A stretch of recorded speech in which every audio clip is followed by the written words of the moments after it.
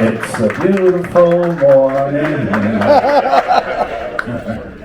That wasn't at all what I was going to say. It's fucking morning. Where's my coffee? My fucking coffee. Well, thanks you guys for waking up. Getting your asses out here for this one. After last night. Right? Really appreciate having you all here. I've been looking forward to talking to this guy for quite a while. And why? I think we all kind of know what the Ramones have meant, not only to us, I think, individually, but what they have meant to every band that came after them, in every genre. Thank you. These guys cast a very, very long shadow.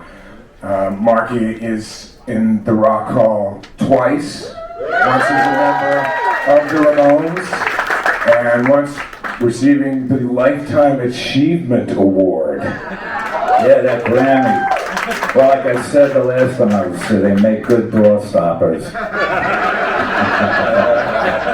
Is that true? Yeah, well, you know, the one's in the bathroom and one's in the other bedroom. So, you know. Just to show the reverence that he has. You know, for the it adds something, you know, instead of the seashell on the wall, you know. With Marky today, I want to do what I've been trying with some of the other artists that I've talked to on this cruise, which was based on a show that I did for Sirius XM for a while called My Life the Soundtrack. And I've asked Marky to come up with 3 songs that were important to him, that had a resonance with him, not just, oh shit man, what a great, I remember that song, I love that song, more like, and we'll see how he did, more like songs that are connected to a moment in your life. We all have those songs that when you hear that song, you go back to my divorce, you go back to my kid being born, you know, those kinds of moments. Memories in the corners of my mind. So Marky was nice enough to take some time and come up with some songs. I will say I didn't get a chance to. I'm not sure who's working audio back there. I can't quite see it. We didn't talk about timing, so that's maybe an issue. But we'll see how it works out. So do you have a place that you want to start in particular? You got 3 songs. Is there a song that you want to start with? Yeah, well, when I was a little boy, I was always into like these Universal monster movies like Frankenstein, Wolfman, Creature from the Black Lagoon, and Dracula, all these great movies. So as a little boy growing up, I had this little record player, and that's when vinyl was out there. And the first song that really caught my attention was The Monster Mash by Bobby Boris Pickett. And I said, is that Boris Karloff singing? You know, I thought he was singing. That's how good that song was. Plus, I liked the people playing on the instruments on the record, who were part of, I guess, the wrecking crew out of Los Angeles. But that really got me into listening to the radio to hear that. Next, I wanted to hear Dracula sing, you know, but he really didn't do a song. Well, he did. He had a line. Well, he had a line. He said, whatever happened to my Transylvania twist? So let's just, for people who don't remember, there's some young kids here. Young kids in your 40s. Bobby Boris Pickett.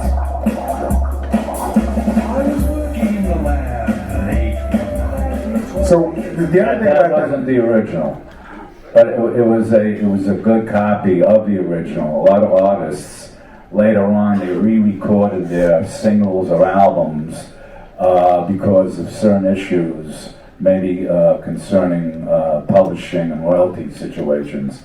So they redid the songs and really mastered them better too, because a lot of the original songs were only done on 2 and 4 tracks.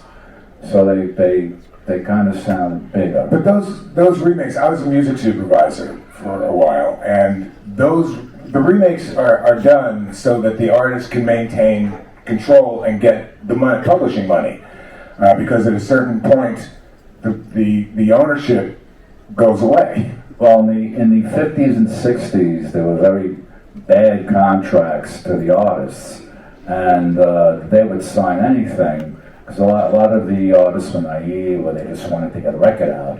But later on in life, they weren't receiving their royalties of publishing. That's why they would redo these songs so they could get them.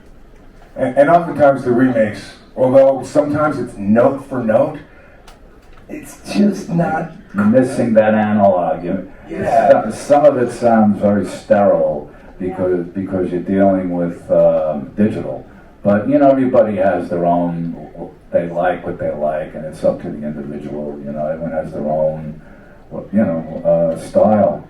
So that was out early '60s, Monster Mash. I think it was '62. And at that time, I mean, people who weren't around or conscious at that time don't realize so the Monster Mash was kind of a takeoff on what was a huge hit at that time called the Mashed Potatoes. And it was a takeoff on the Monster Mashed Potatoes. And Little Eva doing Locomotion. Mm-hmm. That was a takeoff of that also. Mm-hmm. Anyway, that was my introduction to listening to. Do you remember sort of, maybe not the first time you heard it, but do you have an image in your mind of like, being in your mom's car and hearing the radio? I was listening to the radio, and I was making a car model, because I was into models and airplanes and tanks and all that stuff with the Testor's glue. Oh, yeah. And we know about the glue. Okay, all right. No. I don't do that stuff, but I'll tell you, when I was making those models, they didn't have warning signs on those glue things. So after I made the model, I said, why did I put that there? Or, and I'm saying to myself, that doesn't fit properly. You know what I mean?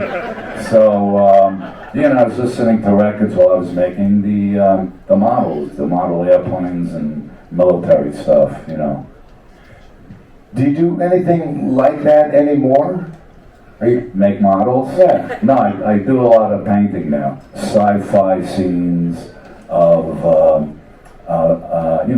early sci-fi 50s stuff like Creature from the Black Lagoon, Godzilla, the Beast from 20,000 Fathoms, the Giant Behemoth, Gorgo, The Day the Earth Stood Still, all these great movies that were out that were really on a low budget, but they managed to make really great movies. These are the Saturday afternoon. Yeah, Chill the Theater with the hand, and all that. Chill the Theater. That's right. Do people remember that? I said, yeah, Chill the Theater. Close. Then when you're 5-6-year-old, there's Zachary, he was a ghoul monster. Zachary was, and I think he was nationwide, wasn't he? He hosted a Saturday night horror movie show, like late at night. I know in New York, he's a legend in New York, and he was on WPLJ radio for years. He's like today's Svengoolie. He's kind of like that, I don't know who to compare him to for today. I mean, we had, I went to school in Pittsburgh, we had Chili Billy Cardilli. Who did that? All right. The same deal. It was like a late night horror movie show on local television. That's what Zachary was. So he was the guy that you remember listening to. Did you listen to him? Because he segued into rock and roll radio. Well, yeah. He had the movie, and then he would talk a little bit about it and his humorous. Talking like Boris Karloff. About things like this, And then occasionally he would play a little part of the song, and then the movie would start, But then during intermissions, you'd see him again with that blubber thing that he had, and then, and the window with the ice on it and the bars. So that was my era of music at that point. So at that point, you're listening. You're not playing yet. Too young for that. Still going to school and, whatever. Did you do the Monster Mash? No, I never played the Monster Mash. I meant dance. Did I ever do it? No, I can't dance. I eventually, as time went on, I put together the drum set.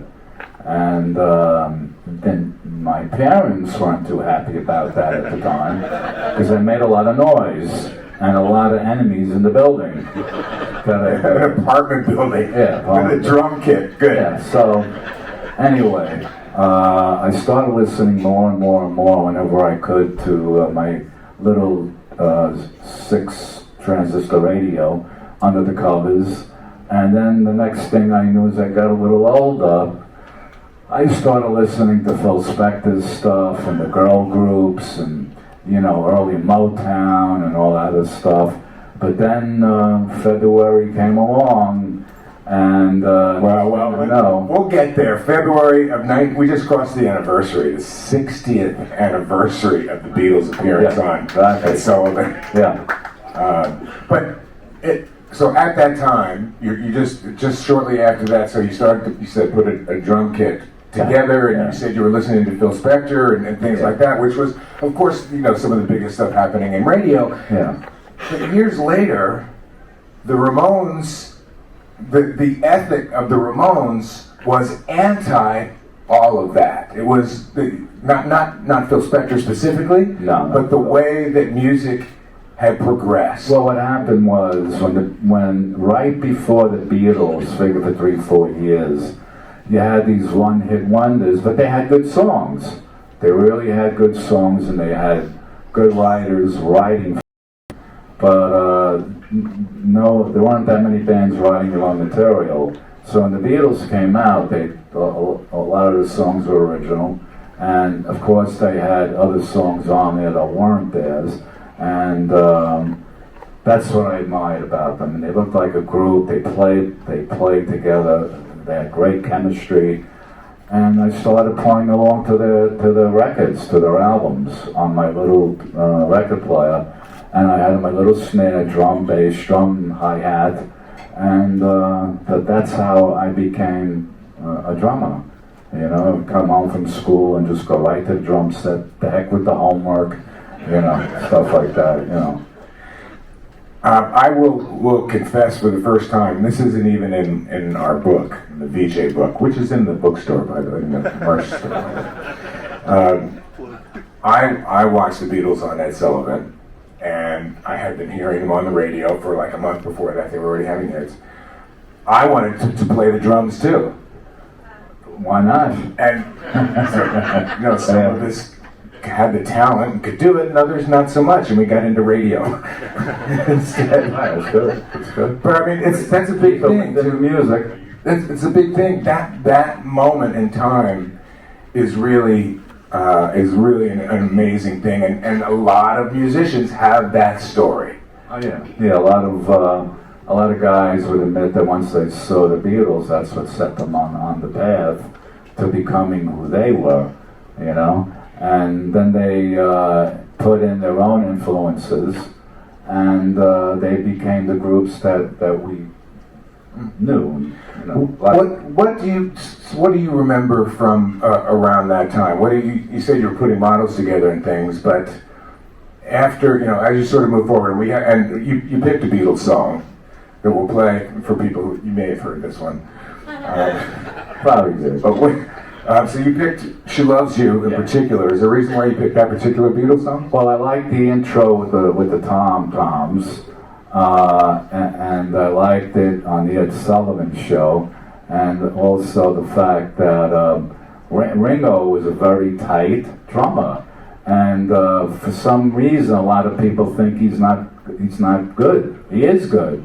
He's just not technical. He just has a great feel, and to me, I'd rather see a person that has his own style and way of playing than somebody who's technically advanced. So you said you liked the intro? Because I had another cue. I was going to tell 49 seconds in that's where I cued. I was keeping the drums in mind, but I sort of had to wing it to think, well, what part of this specifically is going to resonate with you? The whole song, the harmonies, everything, the melody, the time, the groove of the song itself. Let's give She Loves You a listen, just in case for those who don't remember. I picked that section. I mean, what you said is so true. People don't realize that Ringo swung, man. He was a swinging drummer. And, you know, all those guys in Britain in those days, they were into jazz and blues. And of course they copied a lot of the American groups, individuals like the first rockers, Jerry Lee Lewis, Chuck Berry, Elvis of course, and Buddy Holly, and you know, then eventually they brought it back to us. What was it about Ringo? Why do you love him as a drummer? Very tight. He looked very animated. And he looked like a nice guy, you know, like a guy you could go to the bar and have a beer with, you know, and you know, that's what I like. I don't like smug, uptight rock stars, you know. But Ringo, I mean, you got to admit too, they were like from the neighborhood and how they grew up. They were like, a lot of them were war babies. They were war babies, and they grew up during the height of the Blitz. You know, as little babies and kids. So they channeled all that negativity into playing. So, you know, they went to Hamburg and played, I think, 2 years there, 4 or 5 sets a night. That's what made them great. So they persevered, they kept playing, they didn't stop, they believed in themselves, and that's who they became. In terms of his drumming, he has a sense of just being just behind the beat sometimes, and he'll throw in an extra beat. I always thought it was very tight on the beat. Super tight. Yeah. So he was a left-handed guy, but he played on the right-handed set. I was going to say, because I, like an idiot, I'm watching the Beatles on television. I'm watching Ringo. And I did the same thing. I got a snare drum. My parents were thrilled also. A snare drum and a cymbal and a bass drum. But I taught myself really left-handed, meaning the hi-hat was on the wrong side and the cymbals were on the wrong side and the tom was, because I was just looking at him and I didn't transpose the other. Song on TV. That's why I got into radio later. Left is right, right is left. Right. But you figured it out. Figured it out. But when you pick She Loves You, and I picked that section because he adds a couple of beats, he holds back a bit on part. Well, he's ready to do his drum fills there. But he's really efficient, I guess you could say, with his fills. I remember you talking about, it was an audition that you were going to, and somebody else was the New York Dolls, me and Jerry. The Dolls, right? That's right. The Dolls. Tell us about what happened. Me and Jerry Nolan were friends at CBGB's in Max's, Kansas City, along with Peter Criss and all the other guys. Billy, their first drummer, they went to England to do a tour. Their first drummer unfortunately passed away in England. They came back and had a drummer. So since knowing them, they asked me to come down to the audition. I just came out of a band called Dust, which was a 3-piece heavy metal band, and we were still in high school. So I was in my last year, and then we had to break up because we had to finish. The parents were like, you better get that diploma on the wall. You know, my father's there like, you better do it, you know. So I had to do it, and I went to summer school and night school. And next thing I knew, you had to go to summer school and night school. And night school. But I didn't go to school at all during the year. I just rehearsed, and when it came to summer school and night school, which was I think 2.5, 3 months, I passed all the tests. And I graduated. I graduated with that piece of paper, you know. Now it's all full of coffee stains and everything, you know, it's all ripped up. Good. Anyway. That's underneath the award that's holding back the door. It's nuts. But talk about that audition, because we were talking about fills and things. Okay, Jerry was a guy who kept the beat, to like keeping the beat, you know, and that's what the Dolls were called, you know, to play the drums called for.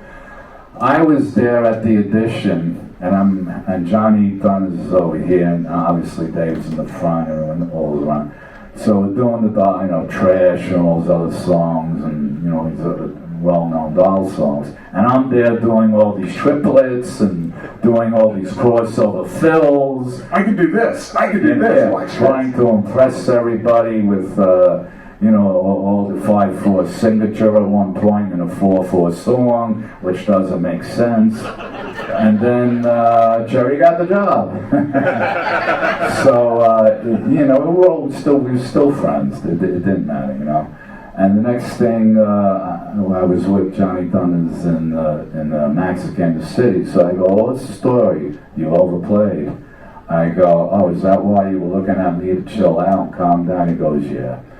So I was like overplaying, and then I just started hanging out at CBGB's and, you know, with Richard Hell, Debbie Harry, and Clem Burke, and television, and this Patti Smith, and you know, these great Talking Heads, these great bands. I mean, there's that moment in England when the Beatles came up, and what that whole scene was like. There is that moment in New York City when an entire genre was born. And what describe CBGB's? What was the night at CBGB's like for you?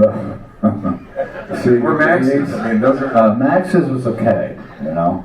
It really attracted more of an elite kind of crowd. But CBGB's was like, you know, down to earth, cool place, you know. You walk in, there was no door in the bathrooms. And Hilly had a dog there that he didn't take out, you know, for a walk. You know what happens when you go into that. And it did seem very slippery in there. And the next thing you know, CBGB's was our home. A lot of venues at that time did not want to play punk rock because it was so new and aggressive. They stuck to the format of disco, and which at that point was kind of dying out, and a lot of the oldies kind of bands, you know, that would draw people, you know, that were heading towards the end of their careers. So we had a home, CBGB's, you know, the Hilly Crystal had us play there. the late great. And of course Max's Kansas City. And then after a while it was too small to play in because the word started getting around. So we had to choose other. At CB's, you're talking about. We had to choose CB's, for people who don't know, CBG, well, it's I think John Varvatos owns it now. Now the clothing designer. Johnny bought the property, or rents the property, and has his clothing line in there, but he kept one of the original walls up of CBGB's, which was nice, you know. And CBGB's is like, it's probably what, like 15 feet wide, it seems like, and really long. I would say it holds comfortably about 300 people. That's it. No more. But uncomfortably like 500. You know what I'm saying? And, you know, of course you're going to push a lot of people in there, a lot more people, because they wanted to make more money, you know. That's how it is in life. So we never had a complaint from the fire department, and we just kept going on and on and on, and it lasted, I think, 30 years. And it's pretty long for a club. Yeah. Well, it is. Yeah, please. Then you had bands from England wanting to play there, and Los Angeles, and San Francisco. They all started coming to the East Coast to say, hey, I played CBGB's, you know. So for you, which did you hang out at more? I know Max's, you sort of were meeting some people and you wound up getting some gigs through hanging out at Max's, right? Well, in Max's Kansas City, I met a guy there at the time called Wayne County. And Anybody know Wayne County? Jane County, Wayne County. And he was really ahead of his time, and I really enjoyed his lyrical content in the songs that he wrote. And after a while, I moved on and I started playing with a guy called Richard Hell, and we did the Blank Generation album. Legendary album. Blank Generation. Come on. And then that was what? No, that was, I want to say 77, 76. Yeah, that's when we started recording it. And then we went on tour with The Clash in England, I think 24 shows. And then when we came back from the tour, Richard didn't want to tour anymore, So Tommy and Dee Ramone approached me at the bar at CBGB's and asked me if I would join the band. And I said, "Are you sure? You have 3 albums out, give it another chance." Well, I want to produce. I don't want to tour anymore. This is Tommy who's saying this. Yeah. So I said, "Okay, why don't we have a rehearsal? I want you there just to see if everything's going well. You know best." So he said, "Learn 3-4 songs." So I learned 3-4 songs. Next thing they know, we had a rehearsal, and it worked out. Do you remember the songs? There's Sheena, Rockaway Beach, I Don't Care, and Blitzkrieg Bop. Road to Ruin wasn't out yet, so I couldn't play I Want to Be Sedated. What was that for you? I don't know, what was your experience with those guys, with the Ramones, you hearing them, and then being asked by Tommy, by their drummer, to replace him in the band? Well, I never heard anything like the Ramones. There were bands that had punk elements that might have had 1 or 2 punk songs before them. But when I heard that wall of sound and those 8th note downstrokes, I knew it was going to change something. So we started touring, and I saw bands in England, the leather jackets on, 1, 2, 3, 4 with the pins on the things, and wearing the American Eagle, and it was pretty cool because they were going through a lot of stuff there too, with the music scene, with self-indulgent 10-minute guitar solos and 5-minute drum solos, and you're looking at your watch going, when is this going to end? So we also went to LA, which was unusual because the LA punks, when they came to our shows, they were wearing leather jackets, and it's 85 degrees out. So they were very impressed by the band, and the LA punk scene kind of started at that point. So So when you first joined the Ramones, Tommy, who asked you to join, is producing. Thank God. So were you at all intimidated by the fact that here's the guy who was in the Ramones, which even at that point, you knew that you were breaking ground. The band knew that they were starting something.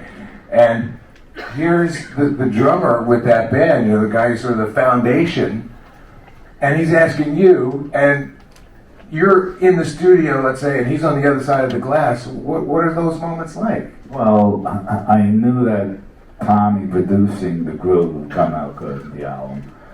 His production was good on Road to Ruin. But I was glad he was there because... Not intimidated at all, no. He made you feel comfortable. No, being intimidated doesn't get you nowhere. You have to learn, put that aside and learn what's going on. The counts into each song, they were very, very rapid. 1, 2, 3, 4, 1, 2, 3, 4, 1, 2, 3, 4. And that was Dee Ramone counting the songs, and he was the bass player of the group. But just because he counted, it didn't mean that I would follow his speed. Well, every count was the same. Every count, some counts were faster, some were slower. So you had to just take the count, get into the song, and play it properly the way the song was written. So that's what I had to do live. You know? The intro, which is normally, it's like 1, 2, it's meant to get everybody on the same beat. But that wasn't the way the count worked. Oh no, the count, which was 1, 2, 3, 4. And then you start. And then you come in, you know. Which, by the way, you guys did it great the other night. Every song. I want to thank everybody that I met for the nice compliments you gave me and my band members about the show the other night. We're going to play tomorrow afternoon outdoors. So, you know, come one, come all, you know. So you joined the band, and you've played with some pretty amazing people over the years. You've worked with some incredible producers over the years. And I gotta, look, you worked with Phil Spector. and Andrew Oldham, the Rolling Stones' first producer. Right, incredible guys. Now, each with their own sort of set of insanity. Well, there was no one like Phil. Did he pull a gun on you guys at any time? No, he never pulled a gun. He had guns, he had a license, and he would take the harness off and put it on the clothes rack. But you would see them. That was his way of saying, hey, you know, don't knock around. So, but talk about being intimidated. He's from the Bronx. I'm from Brooklyn. They were from Queens. We all kind of saw it all. We knew people who you know, carried guns in New York, and so we weren't intimidated by that. You know, he was a paranoid guy. He was always picked on in school. He was a little guy. And when time came, he realized, I guess, he had to protect himself, you know. He's only 5'5". Yeah. People don't argue with somebody if you're 5'5" with a gun. Not a 45. So, but I was saying before that part of the ethos of the Ramones was exactly what Phil Spector was doing in his glory days. It was anti the wall of sound. It was anti the huge production. It was the opposite. So, what was it for you guys to be in the studio with him? And we all heard that album. Well, we loved those kind of songs, those girl group songs. That the choruses were great, and the songs were short and memorable. That's why we liked it, and we did like Phil Spector's Wall of Sound. We did like it. Right. You know, I mean, what didn't we like? There's a lot of things we liked more things than we didn't. It didn't matter if you're one-hit wonder. I mean, look, Purple People Eater. You know, one song, and it was a great song, and you never heard of the guy again. You know, anybody remember that? Even though I thought he sounded like Dean Martin, but you know, I liked the song a lot. So there were a lot of things that the one-hit wonders did that we liked. You know. So just for your part in working on that particular album with Phil, how was it for you as a drummer? How was he harder on you? How was it for you to work with him? And what was it to put that album? Well, he hated cymbals. So the first thing he did, and he did it to every other drummer, he took away the cymbals.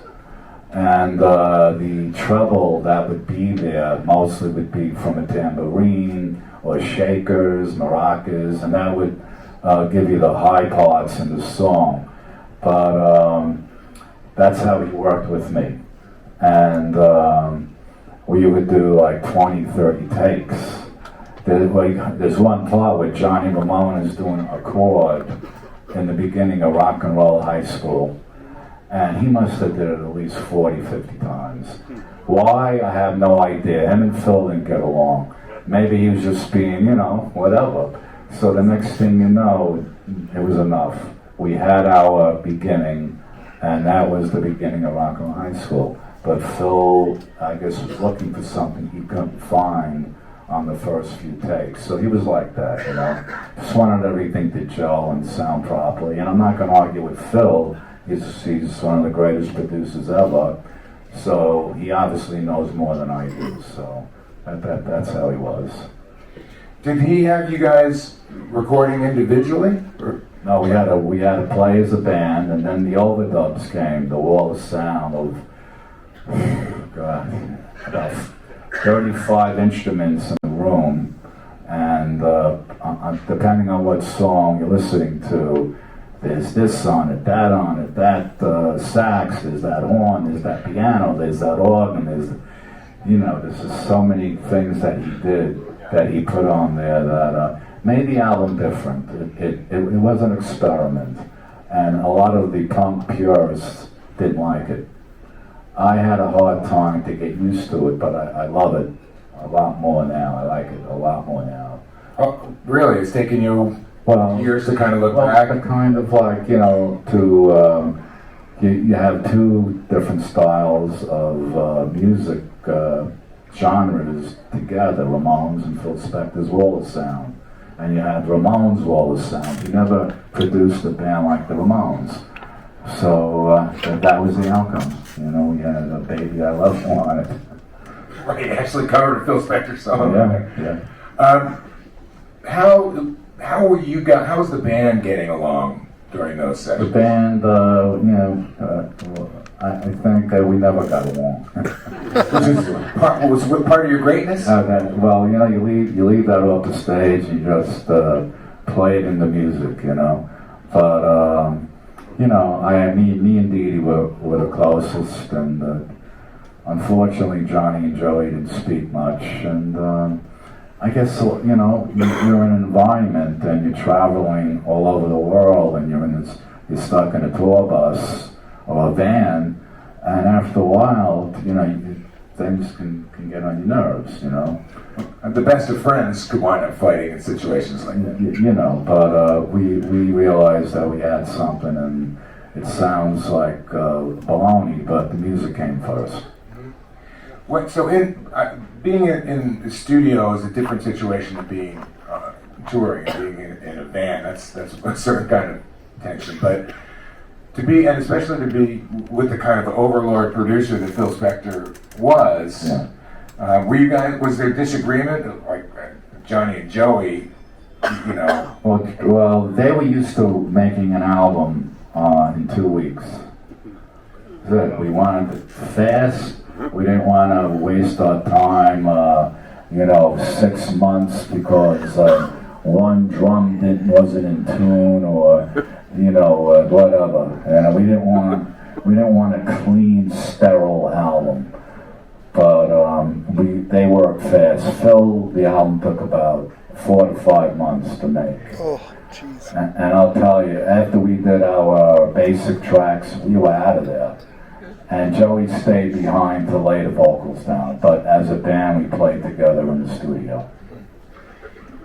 And then, years later, that doesn't happen all the time. In fact, No. Well, now there's different ways of recording. You have digital, where bands aren't really together. They might be in the West Coast, one guy might be in the East Coast, some guy might be in the Midwest.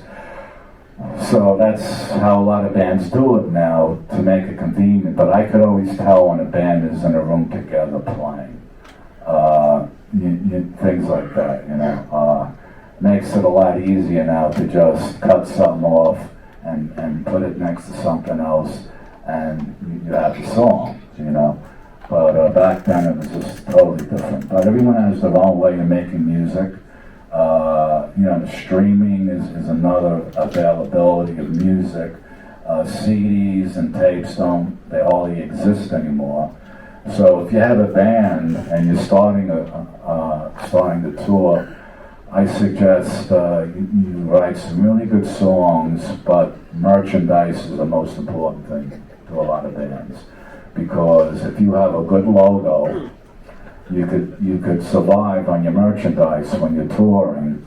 If you're a beginning band, a lot of beginner bands don't get paid.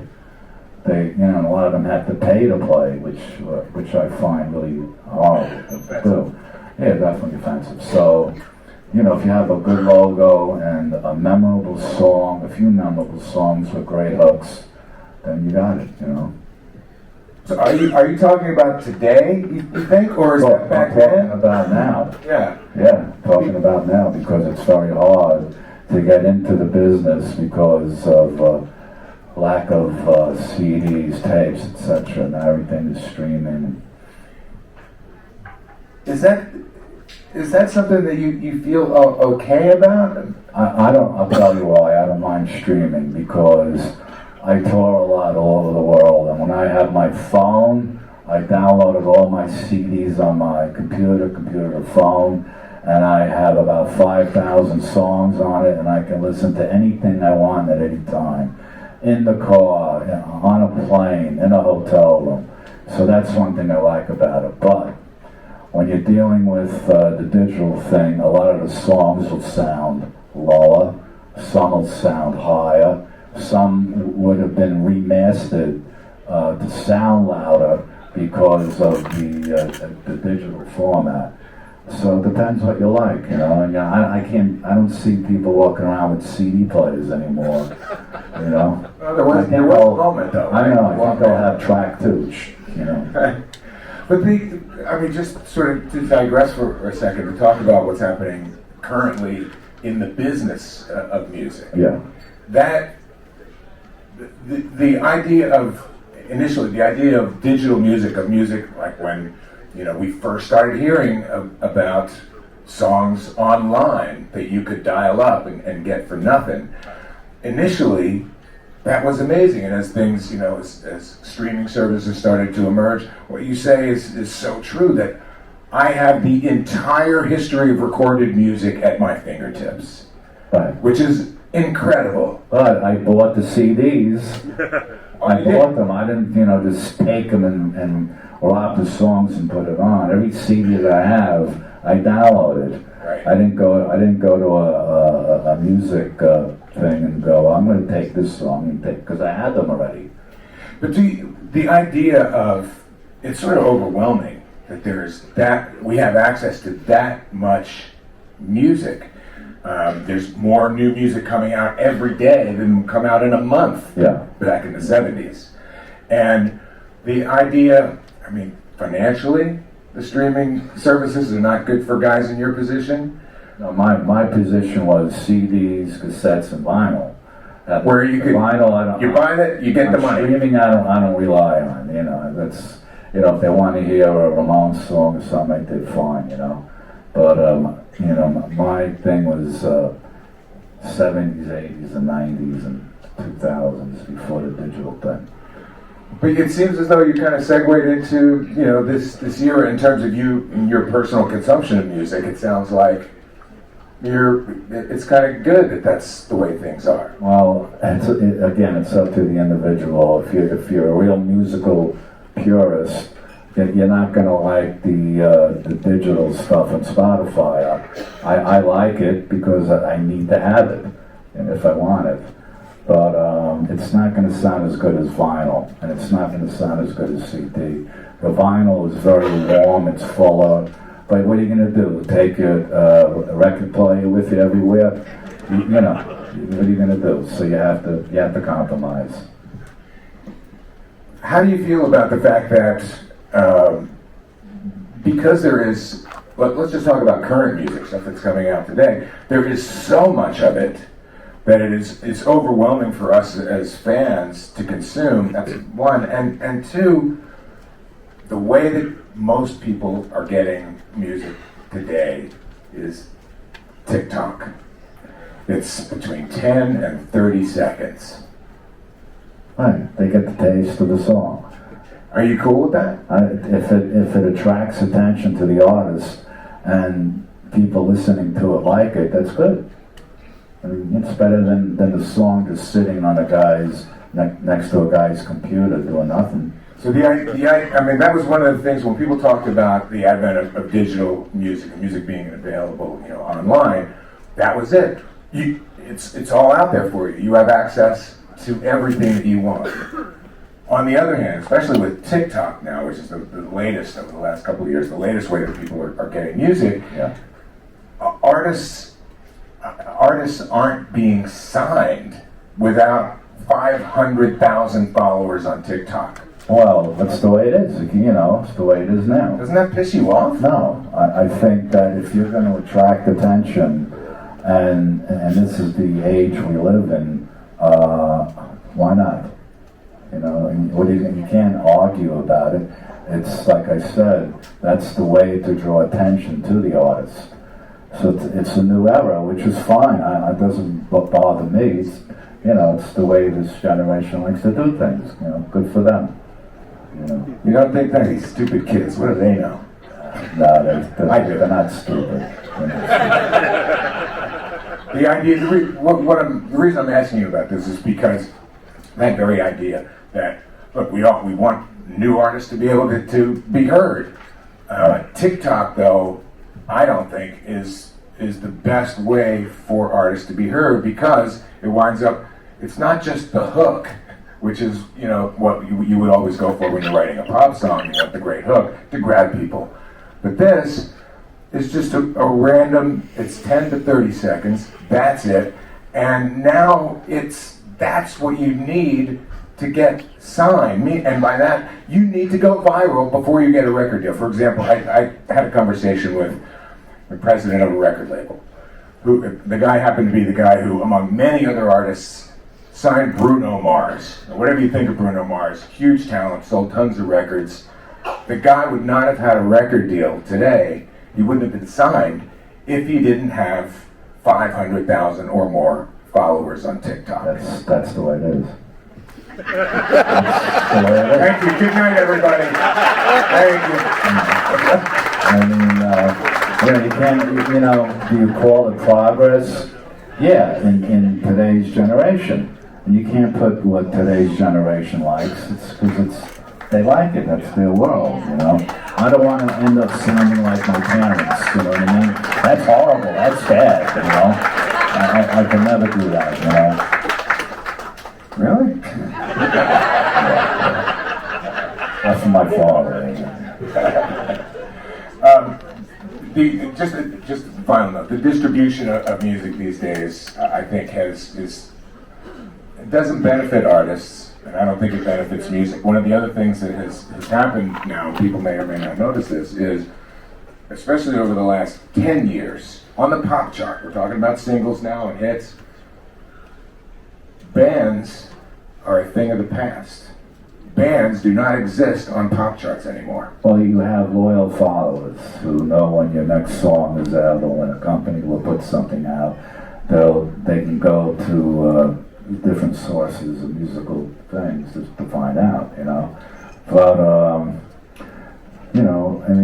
what are you going to do? That's the way it goes.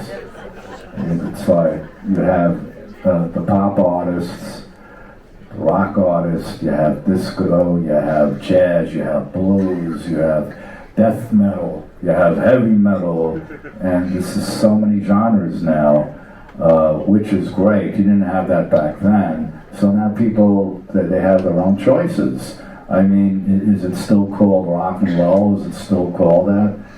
Maybe to some people, but to a lot of people it's called pop. And if they like it, good for them, Yeah. Okay.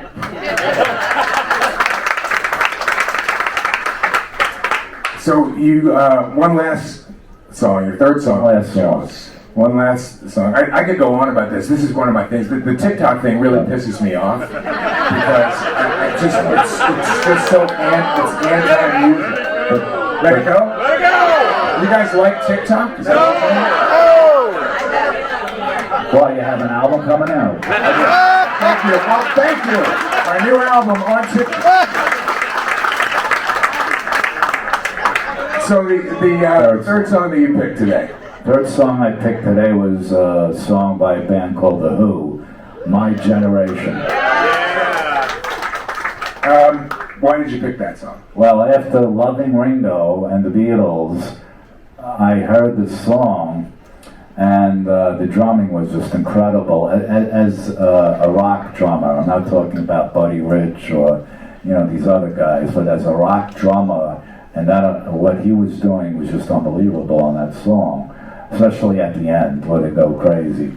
And I must have played that at least 50 times, trying to play it properly. And at that point, I started listening to heavier music, like The Who, and eventually there came a Jimi Hendrix Experience with Mitch Mitchell on drums. And then you had Cream, Ginger Baker on drums. And then you had, especially Hal Blaine, Phil Spector's drummer. And you had all these great musicians, and I started listening to them and learning a lot of their stuff. And eventually, I started a heavy metal band when I was in high school. That was Dust. Yeah, it was Dust. It reached the charts. 2 albums, 17, 18, 19 years old. Going to school at the same time, summer and night, and we toured with Alice Cooper, John Mayall, and in America, heavy metal wasn't really big yet, except for the English bands like Black Sabbath and bands like that. And we were about 6 to 8 months behind Black Sabbath. So we put the 2 albums out. We started touring, and eventually we had to stop because we were still too young to really make our own decisions, because of your parents. Let's play a little bit of My Generation, and again, we didn't talk about the cues, unfortunately, but one of the I picked. Towards the end, maybe do like a minute before the song ends, if you can get to that. There's 2 sections of My Generation that I particularly love, in addition to Daughtry's incredible stuttering vocal, the original, right. One part of it is the John Entwistle section, The bass solo, which is fucking insane. definitely. It's great for the time, definitely. And the other is as the song is going out, and what Keith Moon was doing. Yeah. What was, when you heard that, were you like, because that's not the Ramone style, that's not your style? When I heard that, I knew a drum teacher, and he was really into jazz, like into John Coltrane, Dave Brubeck, Miles Davis. So I go, this guy's the greatest drummer in the world, and he isn't. But for what he did, he was. But he wasn't technically advanced, like, say, Buddy Rich or these other guys. That's what the drum teacher I knew was into. So I played him the song, and he played it immediately. They were single strokes, hitting the cymbal off and on, and then hitting the tom-toms, but just complete rolls all over the set. It was like it was a complete fill. And it took a lot of energy. I admired that, and that's what started me onto heavy music. So, Ringo, or who is the guy that is the reason that you're into music? Is it Ringo? Ringo. As a drummer? Yeah. And there's one guy who had the best snare drum sound, was Dave Clark from the Dave Clark 5. Because he was the drummer. That's, in my opinion, But and people don't remember that was the big battle back in the day. Is it the Beatles or is it Dave Clark 5? Yeah, or the Stones, Oh yeah, that was the Stones, the ugly Beatles. Yeah, right. Would you let your daughter go out with one of them? They wrote that shit. Yeah, well, they had Andrew Oldham as the publicist. So on that song, My Generation is, for so many reasons, like a seminal track when it comes to rock and roll. There's that one line, people try to put us down just because we get around, and when I heard that, I kind of understood what they were singing about, So I guess it's about aging. Songs about aging. I hope I die before I get old. Meanwhile, Roger Daltrey's 80, and he's still touring with The Who, and still really good. Great guy. He looks good shape, and just incredible amazing shape. Yeah. But that song in particular, for Daltrey is one thing. It's sort of the Johnny Joey thing in your band, and the Roger and Pete thing in the Who. I mean, Roger was a very specific kind of person. Pete was the opposite in a lot of ways. And where Roger, look, he is out there. He's still sounding pretty damn good. He can still hit at 80. He can hit those high notes. He was like he's the tough guy in the band. Yeah. He was the guy without the shirt. He's like Mike Love in the Beach Boys. Very, like into his shape, body, and exercising. But him and Roger and Pete was the writer. And I think that while Roger, he'll sing My Generation today, no problem, no irony, none of that. No auto-tuning. No, definitely no auto-tuning. No. But I think Pete Townsend, over the years, has had a great deal of difficulty growing old. Well, he has, I think, it's known, tendinitis. But I don't mean physical stuff. Yeah. I mean spiritually. The guy who wrote Hope I Die Before I Get Old, by the time his first solo record came out, he was writing tributes to The Clash and wishing, Rough Boys. Yeah. Wishing and remembering when he was the badass. Right. And he became, by that time, he was classic rock. Right. Well, what are you going to do? Yeah. I love, does Marky Ramone have the best fucking attitude in the world? What are you going to do? It's like a New York attitude. What are you going to fucking do? I just got one thing, time always wins.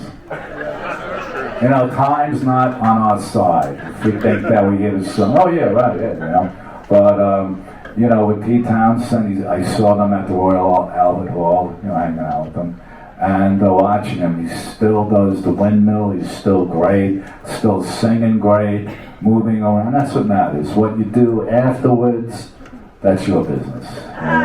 But you got to give it 100% when you're up there. So Marky has been doing, I didn't realize how many years it was, but Marky has been doing Marky Ramone's Punk Rock Blitzkrieg for 18 years on Sirius XM. And you have your own channel now. Yeah. I have my own channel on the internet on Sirius XM called the Punk Rock Blitzkrieg, and I'm on the First Wave, channel 33, and that's my other show, and I just play the music that I want to play, which is punk, and other things besides, like I'll play some cool surf music. I'll play some songs that I feel had punk elements in the '60s, even like Surfing Bird, Louie Louie, Question Mark and the Mysterians, 96 years, and all these great songs, and they were punk songs. Just like My Generation with the Who, but the Ramones solidified it. Yeah, they did. And when we started off, I said, and I really meant this, that without the Ramones, there is no heavy metal, let alone bands like Green Day or Blink or all of those bands. Well, Green Day admitted that we were an influence to them, so that was nice. That was and they're nice guys. And when Joey passed away, when they got into the Rock and Roll Hall of Fame, they played 3 Ramone songs for us because Joey wasn't there to sing. So we were always grateful for that, So, going forward, Marky Ramone's Blitzkrieg. What is up? Are you guys planning? Well, we do close to 40 Ramone songs. We do it properly. We tour the world with it, and we've been doing it for... How many songs are in your set? Now we hear, because of a certain time thing, I think 35. Oh, you cut it down to 35? Well, they're only 2 minutes each. No self-indulgence there. But we tour the world, and I'll tell you, the reason why I've been asked to join other bands. Now, the reason why I do this is because I think Joey, Johnny, Dee, and Tommy died too soon, and the music is too good not to be played. I'm doing it.